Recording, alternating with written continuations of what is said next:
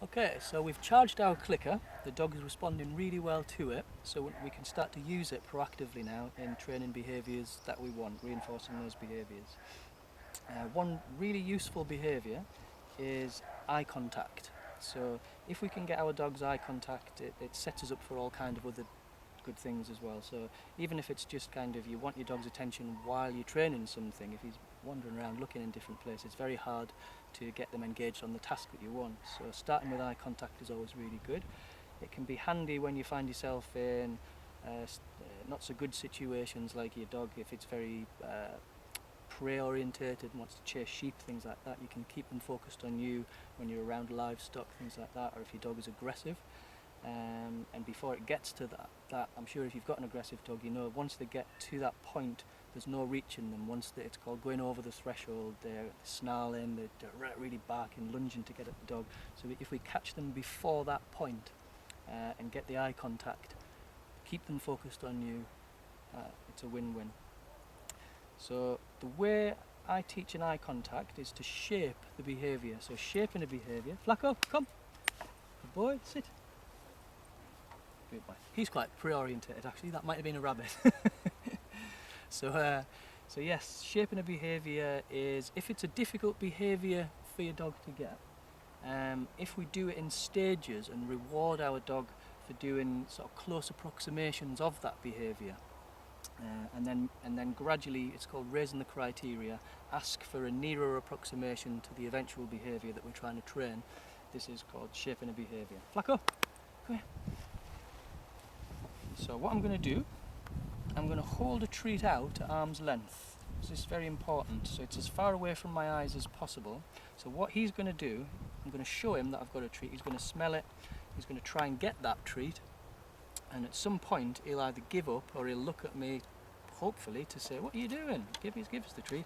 At that point I'm going to click, but I might have to shape it. So I might have to, if he happens to look to there, to my elbow for example, I'll click at that point. So he's sniffling around, he's pawing, he's trying lots of different things, he's looking over here. It's not quite what I'm after yet. I want something a bit nearer to what the eventual goal is. There. So he glanced up toward me. It was kind of around up my shoulder, so that'll do for now. But eventually, of course, I want him to look me in the eye. There.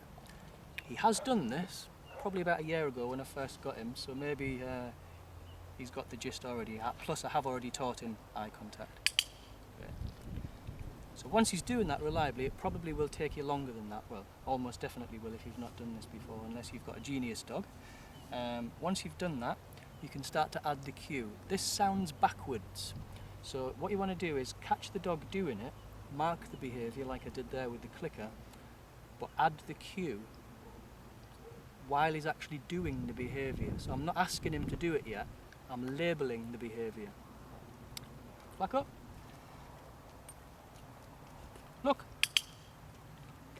Sounds backwards, seems backwards, but if we look, if we say look before he knows what look means, that word is meaningless. So the more we repeat that, the less likely he is to eventually make the connection between that word and the task at hand. It'll just become a noise. So look. Yeah.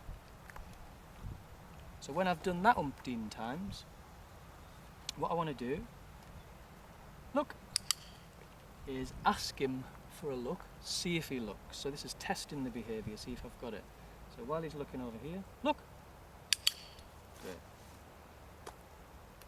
If that fails, then we need to go back to the previous stage and just get him to hopefully find my eyes again, say look, press click, and give him the treat.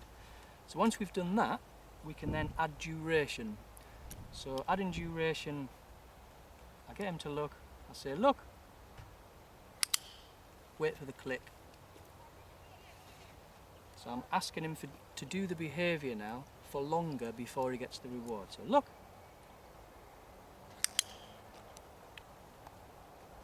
Look.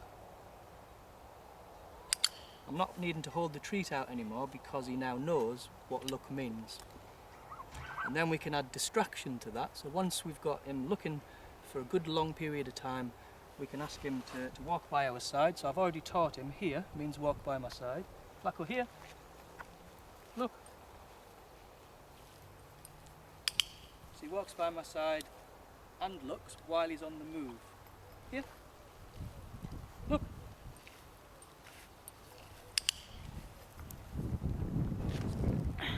Once he's really good at that, you then start to do it where there's mild distractions around.